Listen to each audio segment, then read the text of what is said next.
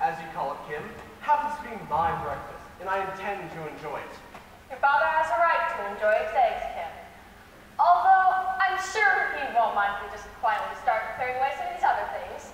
I know the house is a bit hectic this morning, but Kim's gone to a lot of trouble to fix a special breakfast for Mr. Birdie, and I want to make sure everything's ready and waiting for him when he comes down. After all, he is a national figure, and I want to show these New York people we know how to treat a national figure here in Sweet Apple. Of course, it really doesn't mean that much to me personally, but for Kim's sake,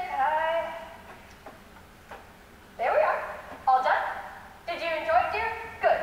Now, if you'll just hurry along. Doris, I am not budging from the spot until I drink my coffee, smoke a cigarette, and read my paper. I'm sorry, dear. I didn't have time to make your coffee this morning. Have a nice warm 7-Up. Morning, Pops. Here's your paper. Hope you don't mind, but I cut out a few Conrad ads.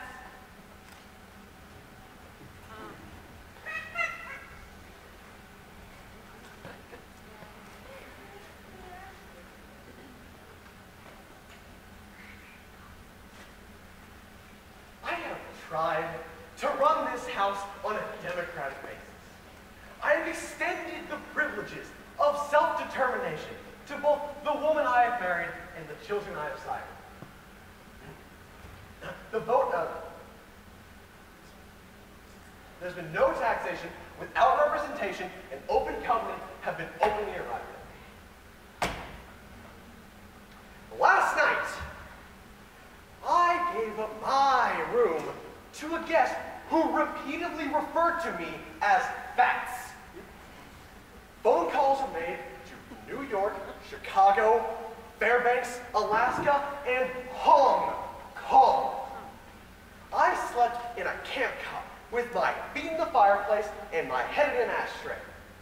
Outside my window, 3 harpies shrieked, "We love you, Conrad," 4,723 times. I have just lost 2 Fridays.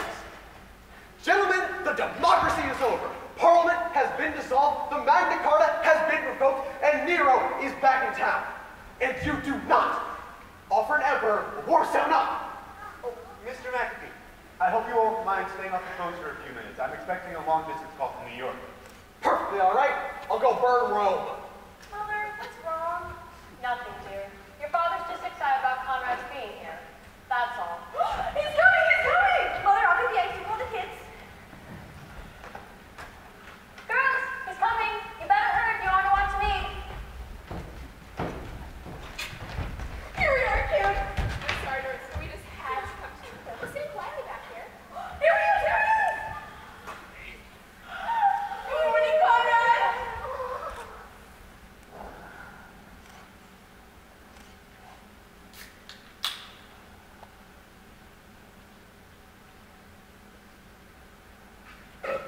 Call me George. Hey, Bats.